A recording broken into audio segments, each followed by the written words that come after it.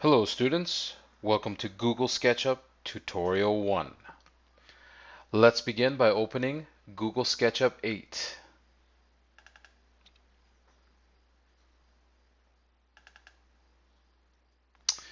Now your opening screen might look a little bit different. I don't know if it's going to go directly to the new sketch screen. If you have the same screen that I do, what I'd like you to do is click on Choose Template. Of all the templates, I'd like you to choose the second one, Simple Template Meters. And then click Start using SketchUp. And again, if you don't have this screen, that's okay. Alright, so this is the Google SketchUp screen. You'll notice all of our tools on the top toolbar. I'm going to get rid of this instructor here by just clicking on the X. You'll see a model here right in the center of your axes. This model is very important for scale. It allows you to see how big the objects you are drawing really are in real space. All right, let's start with the rectangle tool. Let's click on the rectangle tool, and then let's draw a rectangle on the ground, kind of away from the model here. So what's different about Google SketchUp is in most programs, we click on the mouse and we drag. We hold the mouse button and then we release. But in Google SketchUp, I want you to get used to clicking once to start your action, dragging your mouse, and then clicking your mouse again to finish the action. So what I've done is I've drawn a rectangle on the ground. So let's have some practice doing the same thing. You notice how I line my pencil right up against this red line here. I'm going to start again. I'm going to leave some separation between the first rectangle and the second rectangle. I'm going to start on that red line. I'm going to click once. I'm going to drag out. And then I'm going to click again to end my action. The two rectangles do not have to be the same size. I'm going to do one more here, an even smaller rectangle. This time, as you draw the rectangle, I want you to have a look in the bottom right-hand corner. There is a dimensions window right here. And you'll see that as you pull that rectangle out, the dimensions will change. Now, you see, when we first opened Google SketchUp, I asked you to choose a template and choose meters and centimeters. Now, if you did not have access to that screen, then your dimensions will be in feet and inches. All right, so those are my three rectangles. Now I'm going to introduce you to the Push-Pull tool. So as we go to the top toolbar, we see the Push-Pull tool. I'd like you to click on it. Now the Push-Pull tool will work on any flat surface. So I want you to remember that. It will not work on a rounded surface. It will only work on a flat surface. So what we want to do is we want to click on our first rectangle and we want to pull it up to about the height of the girl. And then click to end the action. Next, I want to click on our second rectangle and pull upwards. And then I want to click on the top of the last rectangle. Click and pull upwards, and then click to end the action. So I've created three different boxes, all different heights, all different sizes. Now you can also draw rectangles on any flat surface. So let's go back up to the rectangle tool. And what I'd like to do is, I'd like to start in this corner here. And you'll know it's the corner because it will say on endpoint. Your pencil will say on endpoint. Now this is probably a good time to talk about the three basic inference points. These are called inference points. So if I move my pencil to this line, it will say on edge. If I move it towards on this line and find the midpoint, you'll see on midpoint. And then again, we know the corner is called from endpoint. So I'm going to draw my rectangle from this bottom lower endpoint. I'm going to click, and then I'm going to drag up. But I'm not going to cover the entire face of the rectangle. I'm only going to cover about 80% of that face. Now I can go up to the Push-Pull tool, and I could push that rectangle in.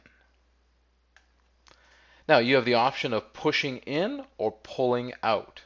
So let's try pulling out. So I'm going to draw another rectangle on the front of this face. So how about I start on the top edge and I go to the midpoint. And this time what I want to do is I want to cover 1/2 of that face of the rectangle. So I want to go from this midpoint to the bottom right endpoint.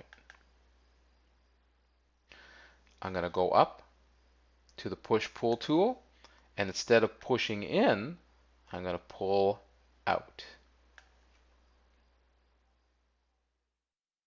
So let's do something different with the last rectangle.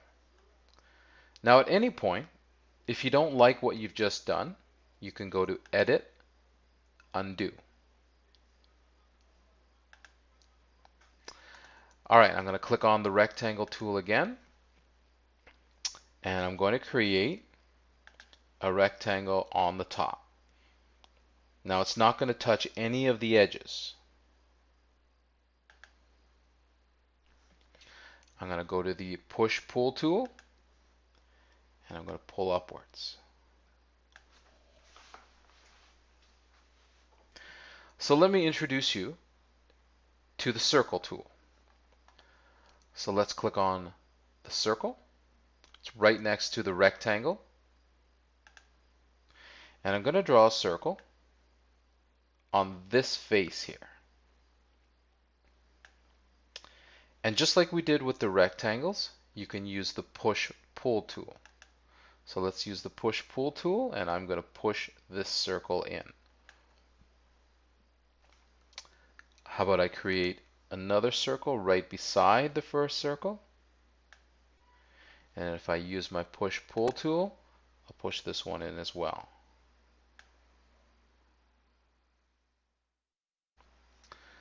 And I will create one more circle here,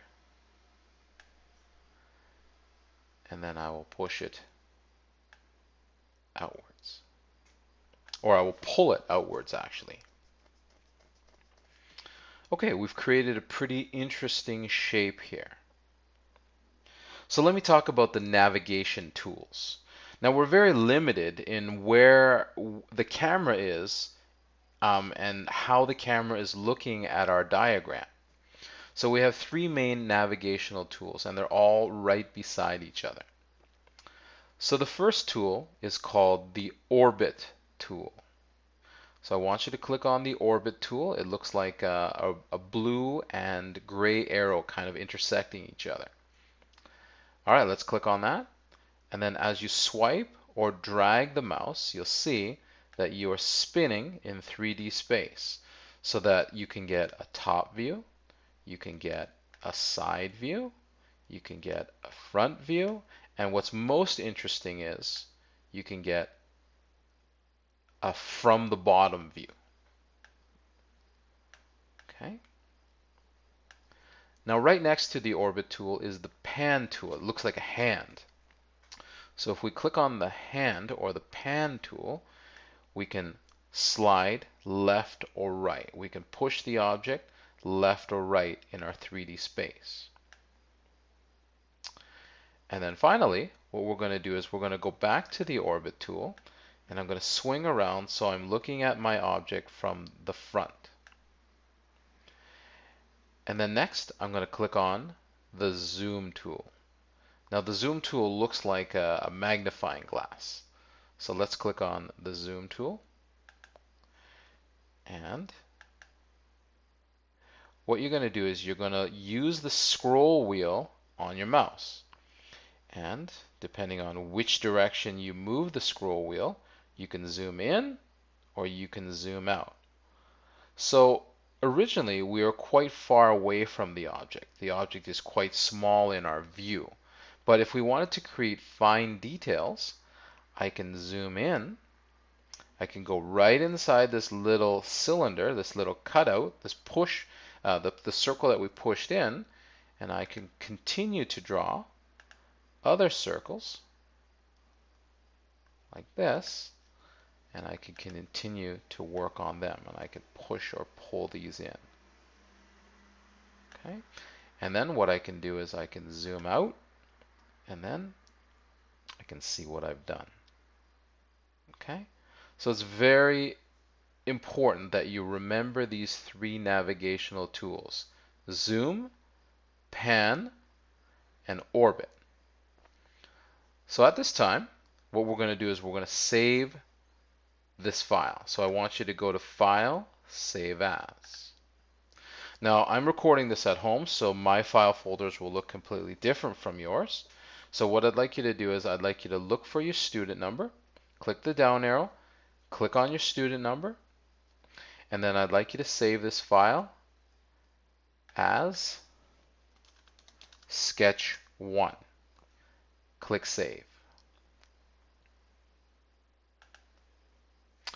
All right, so for the rest of the period, what I'd like you to do is I'd like you to experiment with these techniques, and I'd like you to add on to this diagram. I'd like you to continue building upwards, outwards, to the right, to the left, below. I'd like you to create something very interesting. I don't want it necessarily to look like anything. I just want you to continue building shapes and structures and add them to this diagram. And if you think you've got something cool, put up your hand and let me have a look. All along the way, can you please keep clicking Save? Okay. All right. Thank you very much. We'll see you in tutorial 2. Bye.